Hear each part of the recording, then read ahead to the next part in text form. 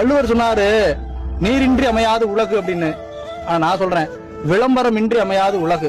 நீ விளம்பரத்தை நிறுத்தினு வச்சுக்கவே இந்த உலகமே இயங்காது. நீ ஏன் இப்ப இந்த மைக்க தூக்கிட்டு வந்த? உனக்கு யூடியூப்ல விளம்பரம் வருது, அது மூலமா காசு வருது. காசு கிடைச்சா போதும்பா, என்ன வேணா விளம்பரம் போடுவாங்க, அதன் மூலமா என்னத்தை வேணா திருடுவாங்க மக்கள்கிட்ட இருந்து. இந்த விளம்பரத்தை நிறுத்தினு வச்சுக்கவே இந்த யூடியூப், பேஸ்புக், இன்ஸ்டாகிராம், இந்த ஆன்லைன், இந்த ரொட்டு ரொசுக்கு, டிவி, நியூஸ் பேப்பர் எதுவுமே கிடையாது. விளம்பரத்தை மட்டும் நிறுத்தின இதுல எவனுக்கு வருமானம் வராது. அவன் வேலையை பார்ப்பேன். இந்த கார்பரேட் கம்பெனி எல்லாம் இருக்குல்ல, அதை இதையும் சொல்லி ஏதாவது பொய்ய புரட்ட சொல்லி நடிகர்களை ஃபுல்லா நடிக்க வச்சு எல்லாத்தையும் வித்து தள்ளிடுறேன். பாவம் இந்த ஏழப்பட்ட மக்கள், படிச்சவன் கூட அதை நம்பி வாங்குறானா பாத்துக்கவே விளம்பரத்தை. விளம்பரத்துல வந்தா போதும்.